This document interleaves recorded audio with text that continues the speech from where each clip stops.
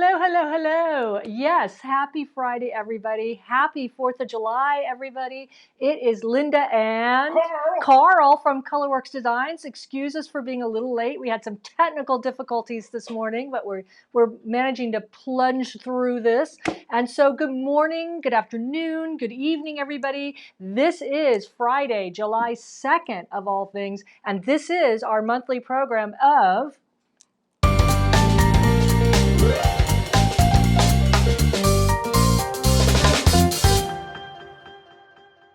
Yay! Yes, sirree! It's Fab Friday. We're here every month, once a month. Woo!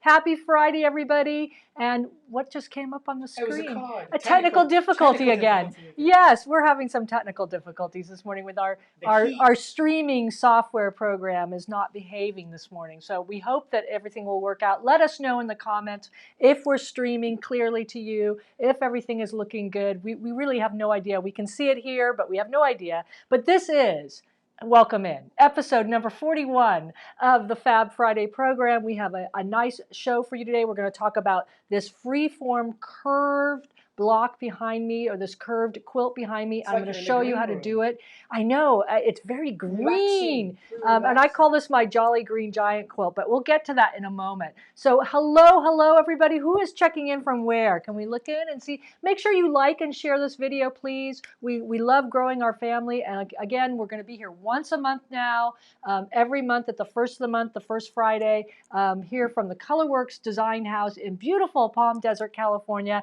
where the temperature right now is, I believe, about 92 degrees at 10 a.m. in the morning with a little bit of humidity. It's a bit soupy.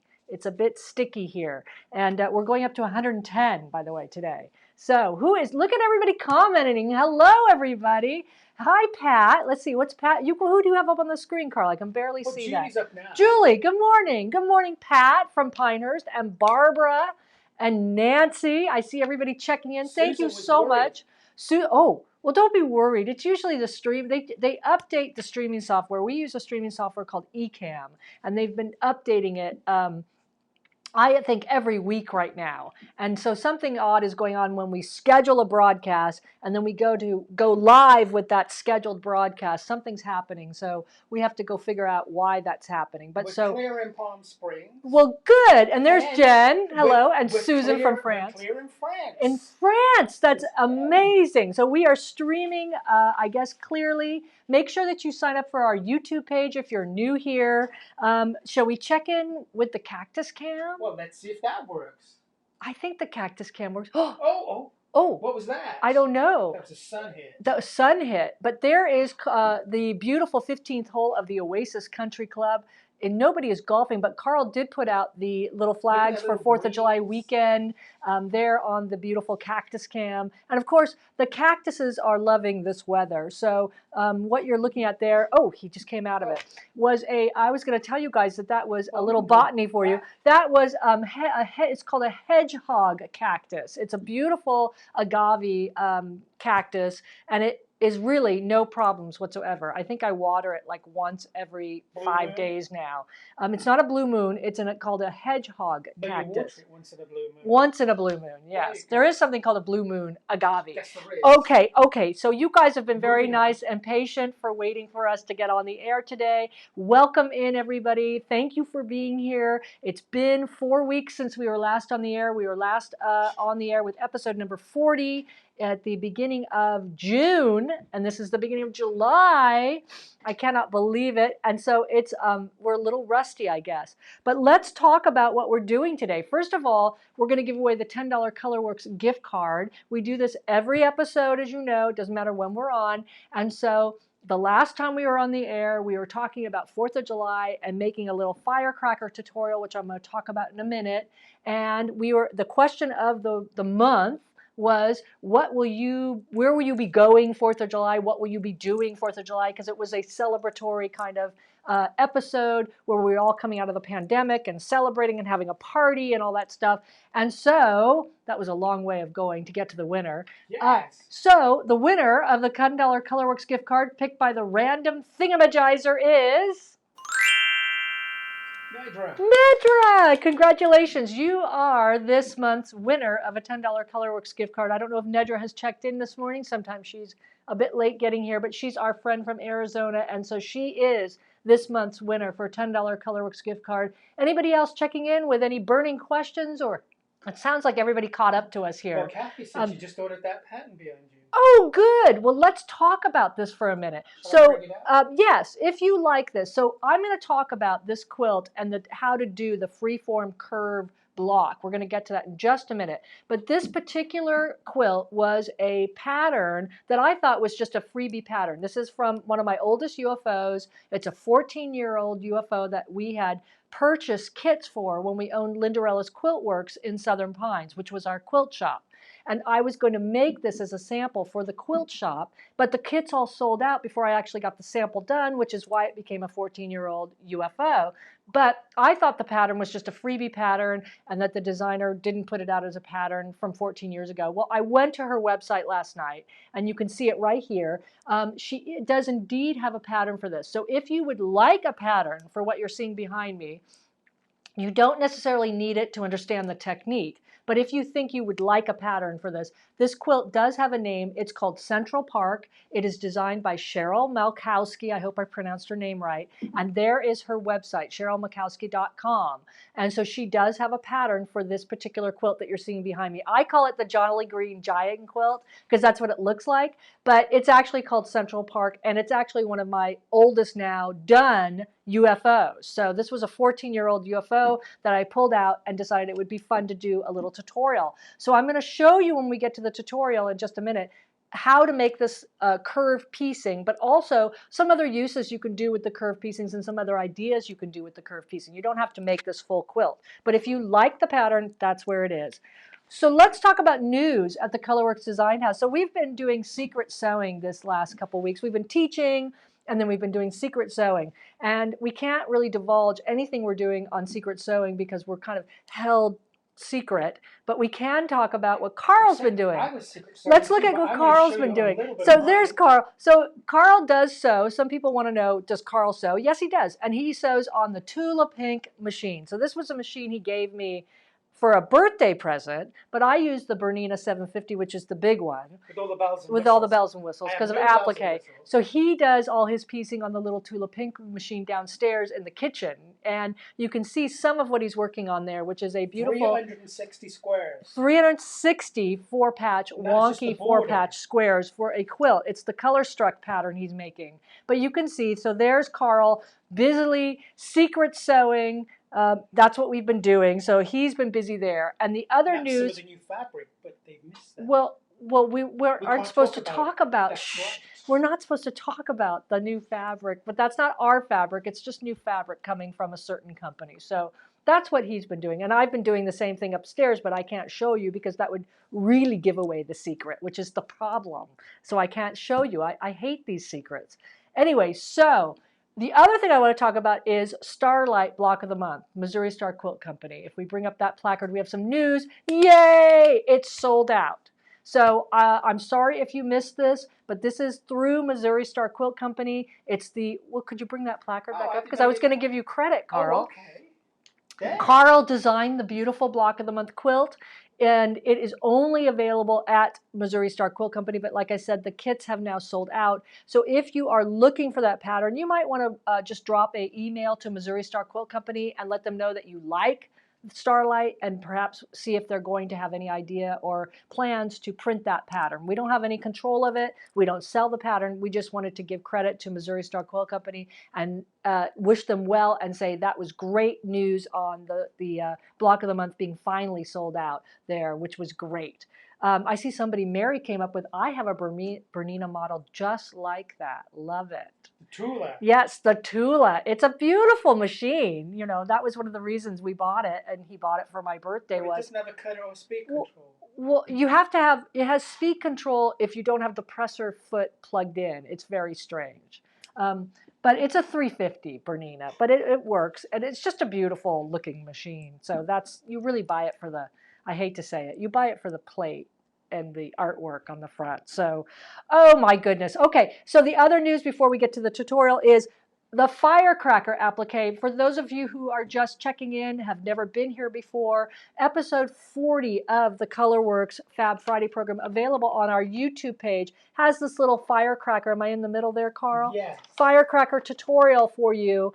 So you can download the applique shapes if you need something quickly for 4th of July in the next 2 days. If you're a quick appliquer, you can download this little pattern shape for free under the description of episode number 40 on the Colourwerx YouTube page. And then you can make placemats, you can make table runners, you can do a pillow. We just wanted to offer that up for anybody who's new checking to the program. It's episode 40 of the Colourwerx Fab Friday program. Are you ready now? I think Sandra ordered her kit already. Oh So my she got goodness, lucky. great. She was lucky. Yay, Sandra. Yes, I know some of you guys are in the Block of the Month program, and we certainly want to send on our appreciation, as well as I'm sure Missouri Star Quilt Company appreciates that. So are you ready to do this tutorial? So again, we're going to do free-formed curved blocks. Now what that means is this is very liberating. This is very non-exact. If you're an exact person and you have to do a perfect 1/4 inch seam, you may find this technique just a bit challenging, but it is super fun and there are lots of possibilities to do with this. So let's head over to the overhead right now and we're going to look at how to do this. And I'm going to show you first of all, as I walk over here, how to cut your freeform curve first. Then we're going to look how to sew it and press it, and then I'm going to show you some other uses for it. So what I'm starting here, now if you liked Cheryl's pattern, which is what I just completed as my UFO there, so if you like that, I'm going to show you how those blocks go together, but I'm going to show you other uses for them. So these are basically 2 batik fabrics, or 2 fabrics that are cut at approximately 9 inches wide by about 13 inches high. Now, keep in mind, with this technique, it can start wherever you want to start. If you want to start with fabrics that are 5 inches wide and 18 inches long or high, you can do that. If you want to start with 2 fabrics that are squares, 10 by 10, you can do that. It all works the same way. So the way you start this is that you're going to pile these 2 fabrics right sides up. So not right sides together, but right sides up on your cutting mat. Now you need a sharp blade, so make sure you have a sharp blade in your rotary cutter. Make sure you keep your fingers out of the way. None of this, okay? No cutting towards our fingers. What we're going to do is we're actually going to make 2 cuts in here. We're going to make an undulating soft curve on the right side and an undulating soft curve on the left side. And that's it. Free form. Don't draw it unless you really need lines to draw, then you can draw it. But most of the time when I do this technique, I just let it flow. Again, fingers completely out of the way. If you have to hold the corner here, you can. But here we go. So I'm going to start on the right side. And what you're going to notice is I'm going to start towards the middle here, towards the center. And I'm going to undulate out towards the outer side. But I don't want to go too close to this edge, because when I piece this, I'm going to square it down. So I'm just doing a soft undulation, no harsh curves. Very gentle. Can you see it? It's almost like a lava lamp going on. And I'm going to start down on the left now and do the exact same thing. I like to, you can do whatever you want, but I like to have my curves kind of go opposite directions, so they undulate in and out from each other. So what I mean by that is I'm going to actually head out this way. So I'm going to go like that and then come in again. And so you can see I've got these very soft undulations going on. Now, before I take this to the sewing machine, all I do is just flip the fabric in the center part. So I take the fabric that's from the bottom and I put it on top. Now, when I go over to my sewing machine, I'm going to sew this together. So we're going to run a little short video because we don't have enough room in the area here to set up all these cameras. So I'm going to show you in a little short video how to sew these together, stitch them together, and press them. Right, so we're going to sew these edges together. I just want to point out on the machine here that I've got just regular 50 weight cotton thread in the machine, no special color, just my light gray Aurifil that I like to piece with. I also have my 1/4 inch presser foot on. Now you don't need the 1/4 inch presser foot. You could have your all-purpose presser foot, the big one that usually comes with the machine. You're not going to need to do a scant 1/4 inch with this method, or even a 1/4 inch seam with this method. The idea is to make a smooth curve as you sew. So here are the two pieces I picked up when we left the cutting board. This is the middle, this is the right side here, and I'm going to put them right sides together. Just with batiks, there is no right or wrong side. And so I'm going to match up just the top edge. I'm not even concerned at offsetting this top edge, you know, by a quarter of an inch sometimes as you do, or, you know, really even making them even, because I'm going to square this down when we're done. So I'm going to stick it in there. I'm going to start to sew. Notice I'm not even doing a 1/4 inch seam. I don't really care about that. The idea here is I'm going to kind of put the two edges of the fabric, the blue and the lavender edge, together as they enter under the presser foot. So I really am pushing them like towards each other, if you will. And I just keep and maintain a 1/4 inch if I can. If not, it's not a big deal. If one slips a little to the right or left, that's not a big deal either. Notice that, the purple slip. Here we come around this kind of gentle curve. And I'm just going to take my time going around, and I'm easing and stretching the lavender piece around the curve. I really want it to be more smooth curve than accurate, because I'm going to square this down when I get done. So I just keep sewing along, matching those edges as I go through. And when I get down to the end, notice that they're not even going to match. They're not going to be even. That's okay. Again, all squared down. And if it gets too tough, you might just sew off the edge, whatever, because you're going to square it off and take it away anyway after we iron it. I'm now going to take this over to the ironing board and show you how you press this outward so that it lays flat. So now we're going to press the curve outward, and I usually end up like hand massaging it or finger pressing it over a bit. You can see there's a bit of a ripple right here. You could clip that curve if you want to, but I don't really like doing that. I just kind of press it and let it go. If I feel like I can't get it to lay flat, I might clip the curve, but most of the time with this improv technique, I want it to go fast. I want to be done with it. I do have some steam running in my iron. I like that. So I'm pulling out on one edge here, pulling out beyond, you know, that seam so it stretches out and lays flat. And I'm just going to let the steam do the work here. Now you could use a little spray bottle if you wanted to. But by the time you massage that seam out with your fingers and then give it a good press with that steam iron, it lays very flat without clipping whatsoever. You can see that there. It's laying pretty flat on both sides, and that's no clipping. So let's go back to the machine, and I'm just going to sew on now the left side of this block. Back at the machine, and we're ready to sew on the left side here. You can see that matches up, so that's the left side of this curved block. But I'm going to have to sew from this side down here, starting here, because you sew on the right side. So I'm going to put them right sides together and flip like that. It'll make sense to you when you do it at your machine there, because you naturally sew on this side. Again, I'm just matching up the tops, kind of, sort of. I mean, it depends on how fast I want to take this block. And I just put in a leader piece. Again, here we go. We're just going to go away on the straightaway there and then start to squish these edges together.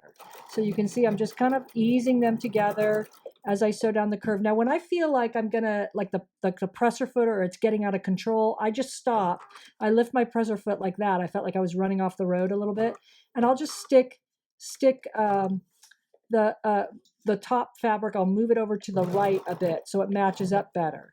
And that's when you feel like you can't control it anymore. So I usually take these in little spurts, like, you know, an inch here, an inch there.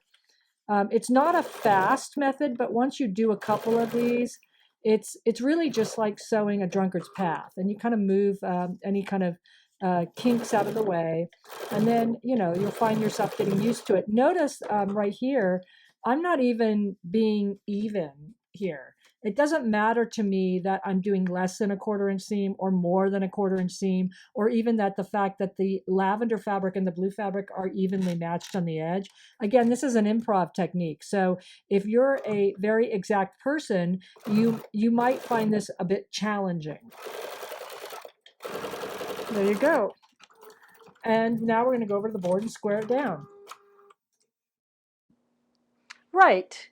So here we are back at the board, and I've got my little block already sewn together. You can see I kind of pressed the seams inward. You kind of press the seams to you know, whatever way that is the side of least resistance.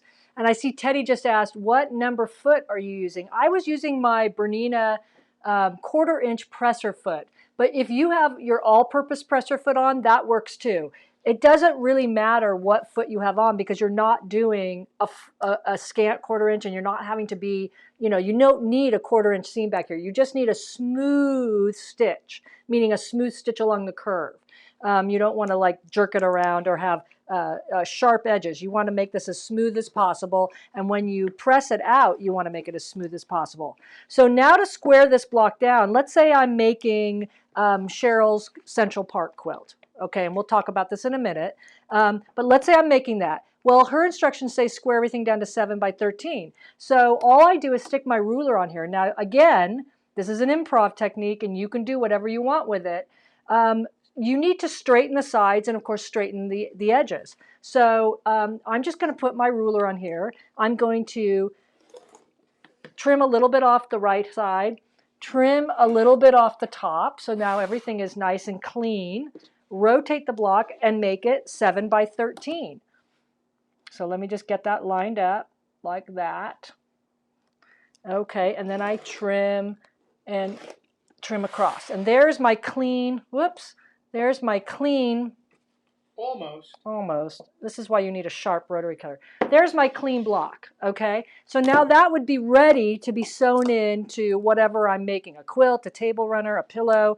Of course, keep in mind that you're going to get a mirrored image here of your other fabric. So this was the 2 fabrics I cut at the beginning. And I got 1 block that has purple on the outside, and I got 1 block with blue on the outside. So whatever you're doing with 2 fabrics, you get the mirror image of, and this one hasn't been squared down. So what can I do with these blocks? I can, of course, you know, do Cheryl's quilt, Central Park. Wait a minute. And I'm saying that to Carl. Carl keeps wanting to go over to a placard, and he's making me nervous every time his finger goes near the keyboard.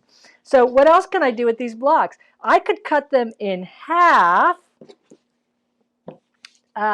lengthwise, and sew them back together and make this groovy new block, which kind of looks like a yin and a yang. I could do that. What else could I do? I could actually cut them in half horizontally, if you will, and make another kind of version of a yin and a yang block where they go back together. And then, of course, once you put all blocks together, you make, you know, you can do a quilt this way, you can do a pillow this way, or anything like that. Now, if I'm going to make the Central Park quilt, here you go. Get ready, Carl. So this one is 77 of these blocks. So the block that I just showed you that gets squared down to 7 by 13 is 77 of these blocks. Now, what she did with her quilt, and again, oh, I thought you were going to keep that up. No, you moved on last time. Well, could you please keep that up for a minute? Okay. That would be good. So I was just going to say, if you really wanted that pattern, there is the website for the pattern called Central Park.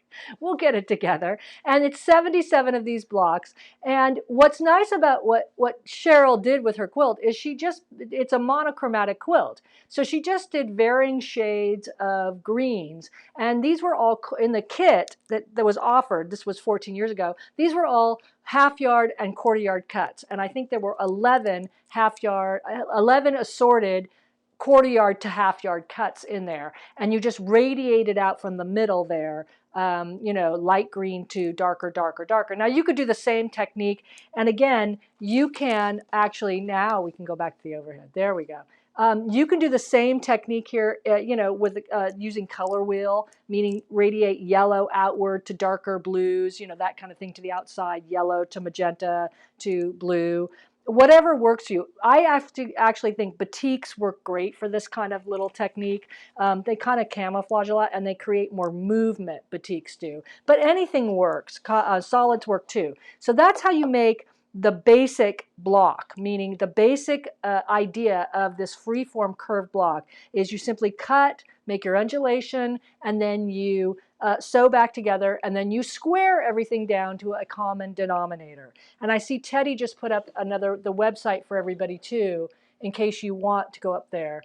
So in the comments, Teddy just put up the link as well to Cheryl's Central Park pattern. Now, the other thing I want to show you is, let's say you want to make something a little bit bigger, a little bit longer. Maybe you want to use this as a border, or you want to create strips that are curved piecing to use as a background for something. So here I have, and this is just scrap batiks, 2 batiks, right sides up. Remember, it's right sides up.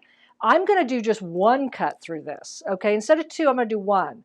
And I'm just going to, again, just show you it's a gentle undulation from left to right, nothing really drastic. Once I make that, it's free form, so I just free form that. And I'm just going to flip or shuffle the pile over here. So I get green on top and blue on the bottom, right? And then these would go back together in the exact same technique that I just showed you.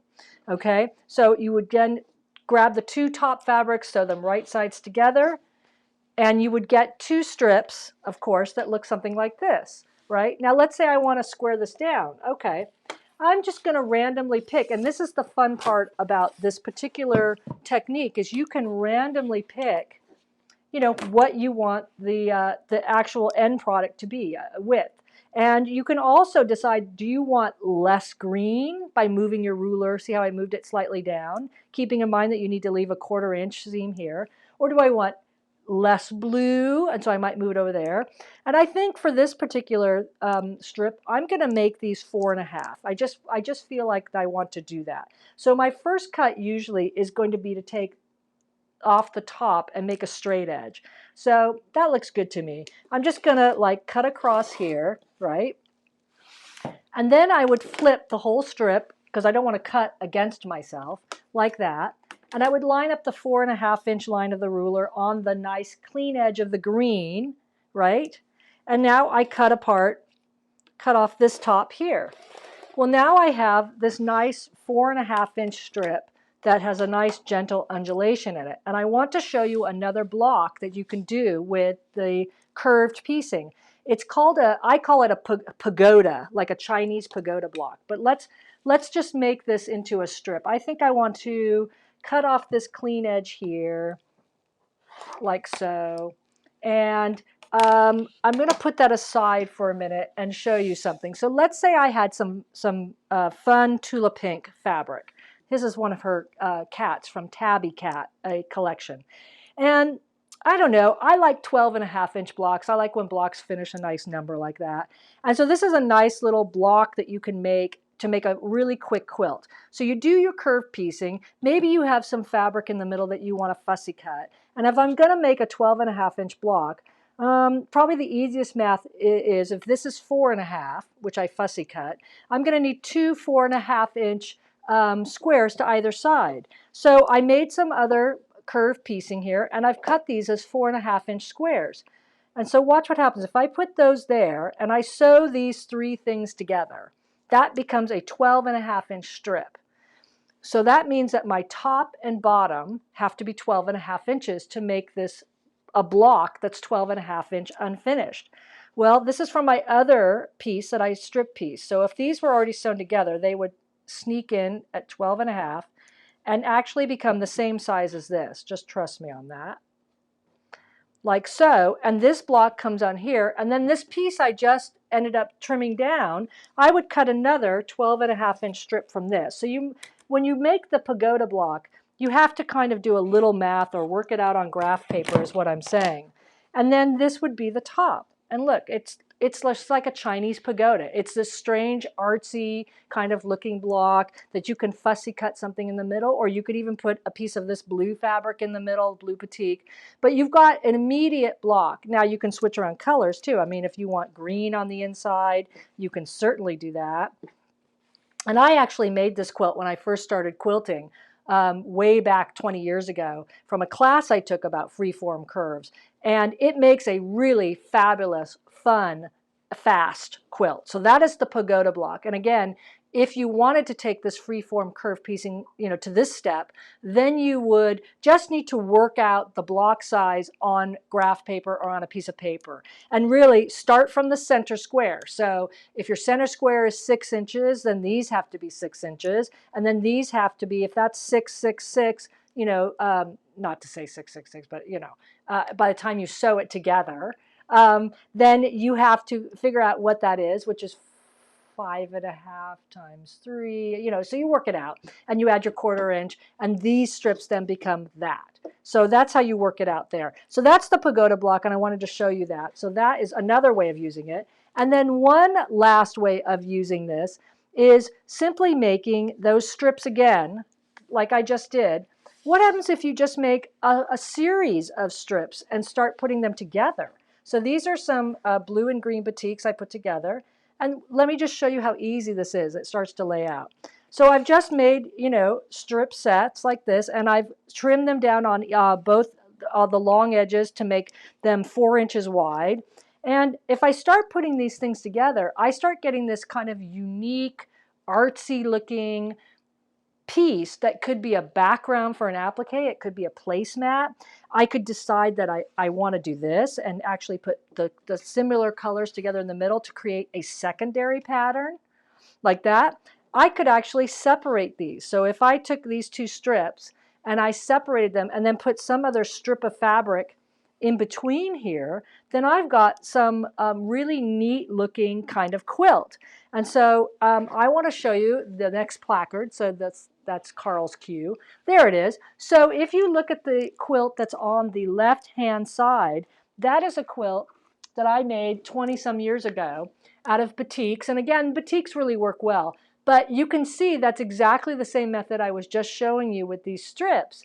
And it was the inspiration, if you will, for the background of the Modfish quilt. So I did promise you that I would show you how to make the background curvy. Well, that is it. It's basically the same quilt that you're seeing on the left is the background of the Modfish quilt. And it was done in that technique that I just showed you. So if I bring back to the overhead, you're going to see here it is, that quilt in the flesh, live.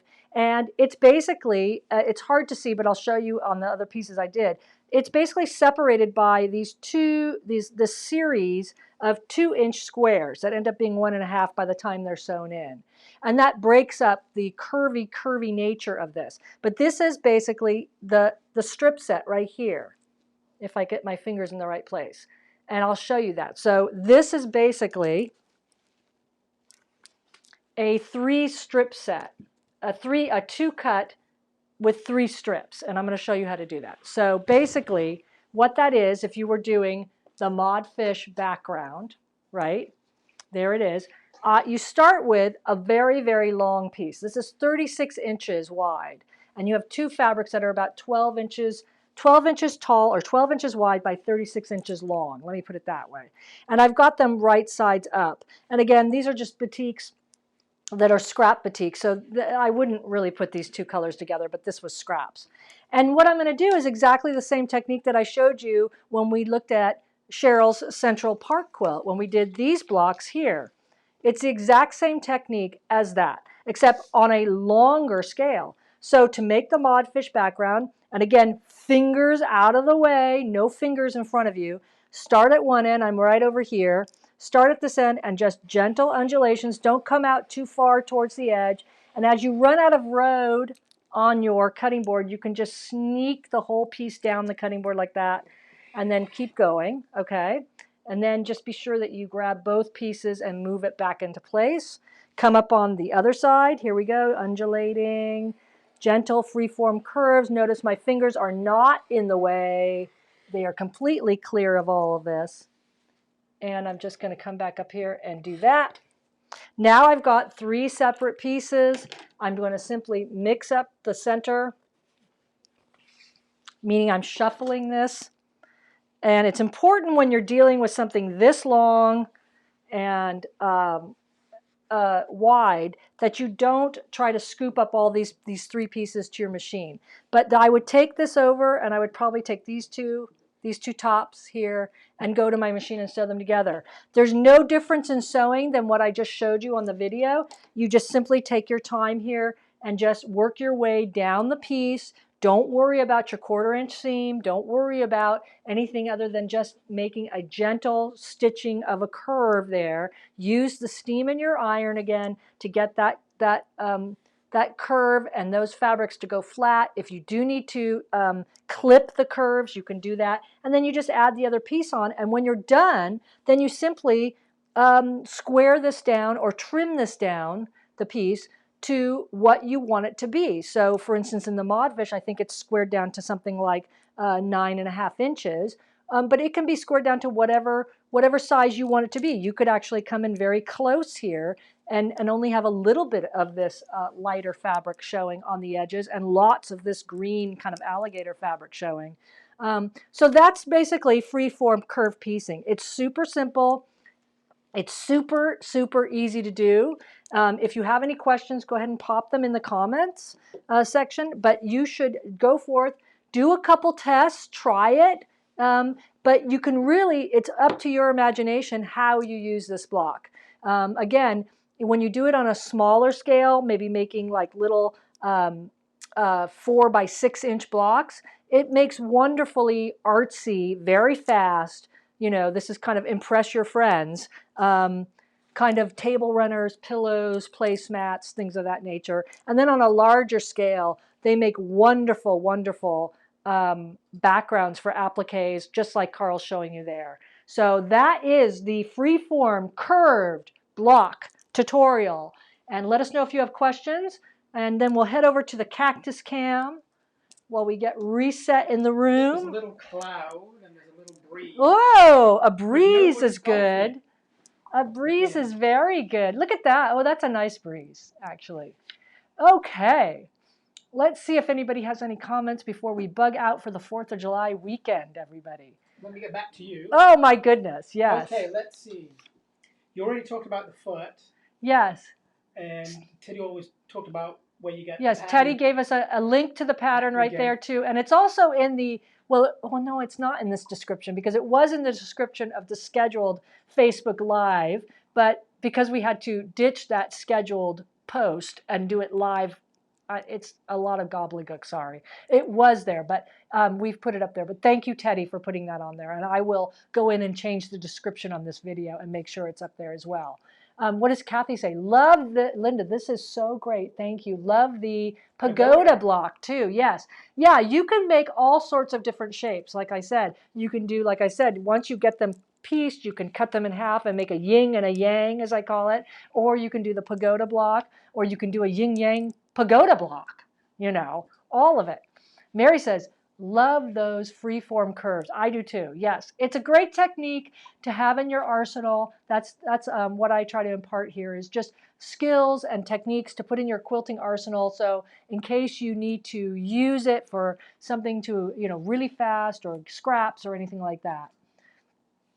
Teddy says, another great tutorial. My kind of quilting. Yay, mine too. I love quilting where you can just really go quickly. I mean, when I started piecing this thing together again after 14 years, I had to make probably, I don't know how many blocks, maybe 30 or 40. It was only halfway done.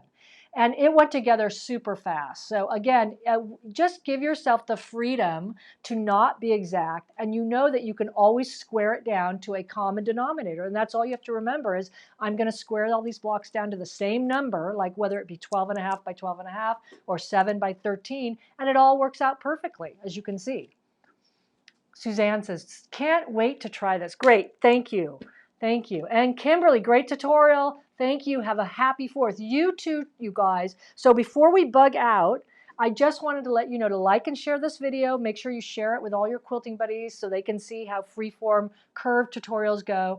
I also wanted to make sure that you know that we have a Colourwerx YouTube channel. And the question of the week is, who writes these questions? How long is that question? What will you make with this freeform curved block? Who writes these questions? I think I write these questions at like midnight. I mean, we're just crazy, sorry. But there you go. So what will you make with your freeform curved block? Let us know in the comments. Julie says, this is great, out of my comfort zone. Yes, it is a little. So if you have to be exact, you don't have to be exact. And that's why you don't have to use your 1/4 inch presser foot. Mine was just on my machine. You can use your all-purpose presser foot. It doesn't matter. You're going to be squaring these all down to some common denominator. Just pick a number, whatever looks good. So And what did Suzanne say? Background for, oh yes, background fabric for a COVID quilt applique. That's what she's going to do with her freeform curved block. You guys are very, very nice. Okay, we are headed out for the weekend. I want to wish everybody a happy, safe and sane 4th of July. We really appreciate you guys hanging with us today while we had some momentarily technical difficulties with our streaming software, and we will get that worked out. And guess what? We're going to be back in a month in August. Can you believe that? August 6th, we will be back. Friday, August 6th, 10 a.m., same time, same Colourwerx Facebook page. We appreciate you guys being with us so much. Happy quilting, everybody. Happy 4th of July. Stay safe and sane, and have a great one. We will see you in a month. Thank you so much.